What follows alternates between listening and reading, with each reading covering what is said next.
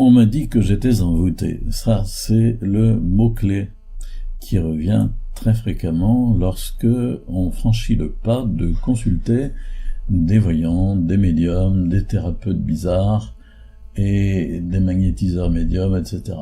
Je vous donne quelques exemples.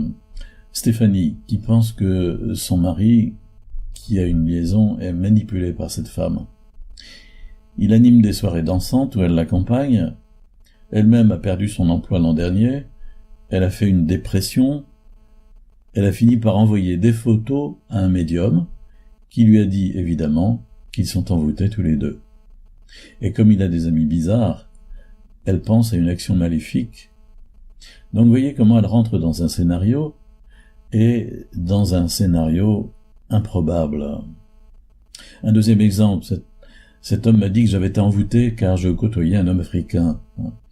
Une personne qui est chrétienne, convaincue, depuis son enfance.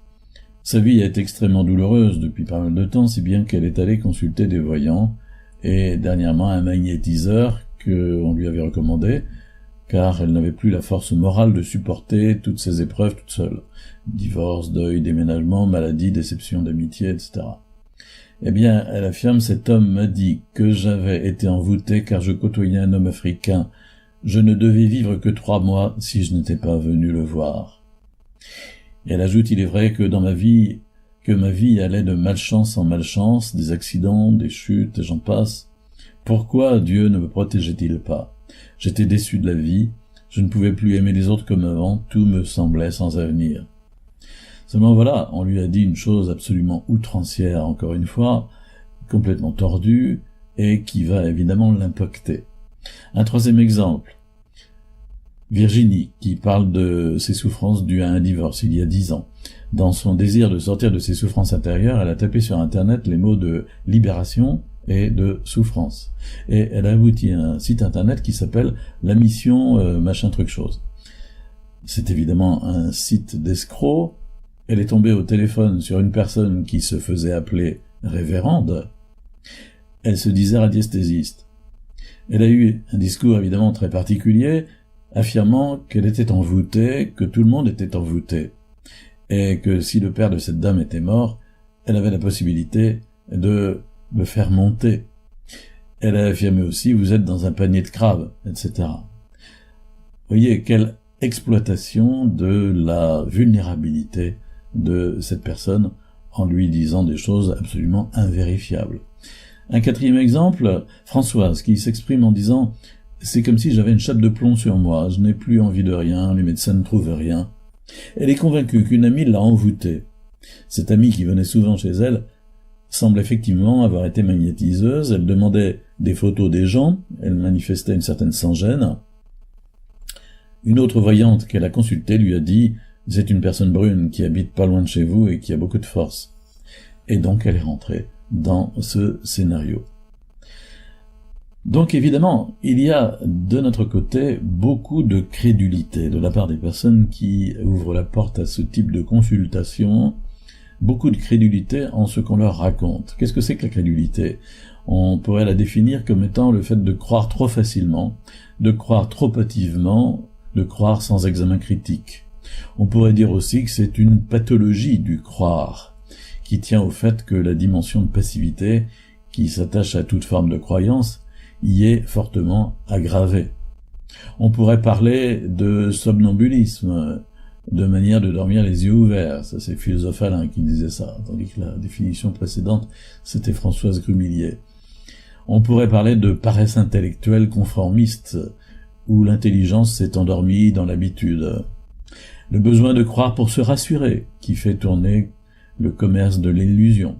La superstition, qui cherche des signes, qui voit la confirmation de ses craintes, qui voit dans ce qu'on lui dit le reflet de ses peurs.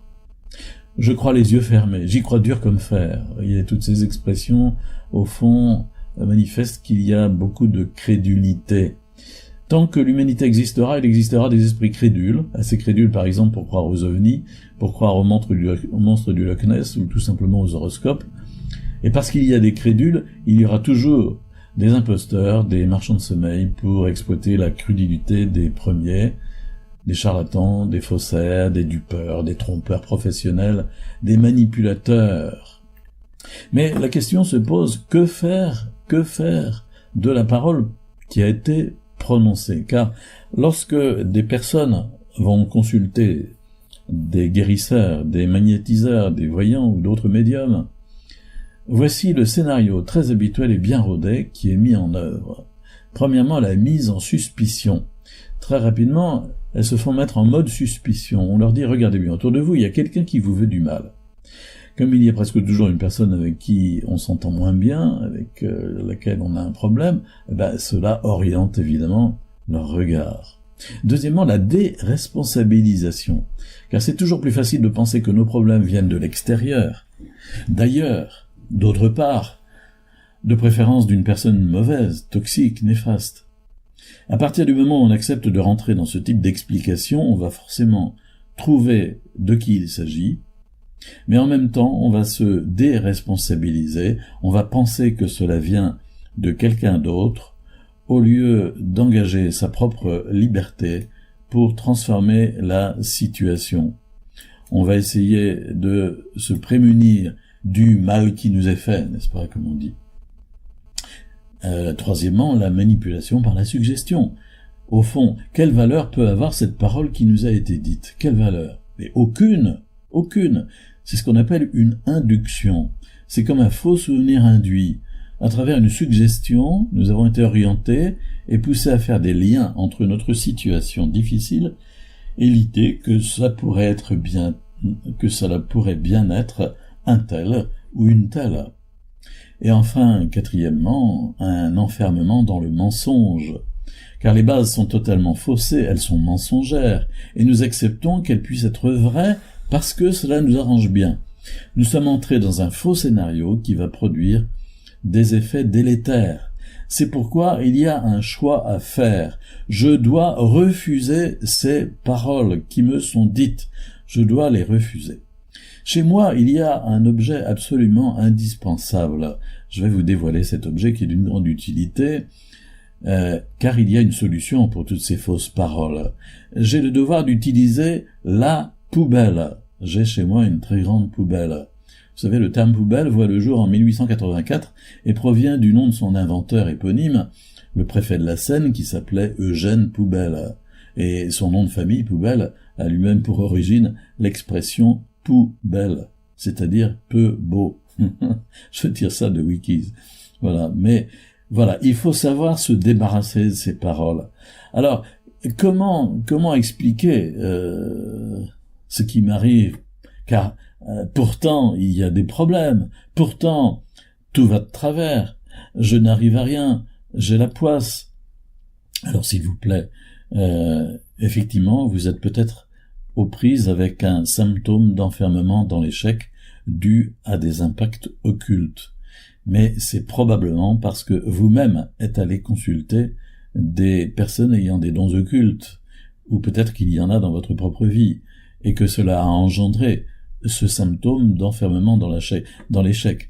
Sur mon site occultismedanger.free.fr, vous trouverez une page entière consacrée à ce symptôme qui est le tout premier des difficultés qui surviennent après la consultation de ces personnes. Pourtant, disent des gens, il y a des phénomènes bizarres dans ma maison. Des phénomènes bizarres dans ma maison. Alors, j'ai consacré une page aussi sur mon site occultismedanger.free.fr à la question du poison des phénomènes paranormaux auditifs, visuels, tactiles, olfactifs. Oui, ça existe. Et le démon s'amuse parce que, quelque part, nous lui avons livré une petite partie de notre liberté, nous lui avons permis de rentrer et de prendre un pied dans la maison. Pas du tout une possession, c'est simplement un parasitage, pas des phénomènes paranormaux. Pourtant, diront d'autres personnes, j'ai des troubles psychiques, je me mets en colère quelquefois de façon invraisemblable, j'ai des crises de violence qui sont vraiment sans aucune mesure avec le petit problème qu'il y avait. Ou bien encore, j'ai des angoisses profondes qui me pourrissent la vie. Je suis crispé à ce point que ça me vraiment ça me taraude, ou encore j'ai des pulsions suicidaires, ou j'ai des blasphèmes intérieurs contre Dieu. Eh bien, quand on a des troubles psychiques associés à une atteinte spirituelle, c'est sans doute le signe qu'il y a effectivement des impacts occultes dans ma vie, parce que moi-même, je suis allé les chercher. C'est souvent le fruit de mes propres demandes de services occultes. Alors, n'allons pas rentrer dans le scénario de ceux qui nous disent « il y a quelqu'un qui vous veut du mal », mais voyons que c'est dû à à l'engagement de notre propre liberté. Et c'est la raison pour laquelle il faut faire des démarches pour sortir de cela.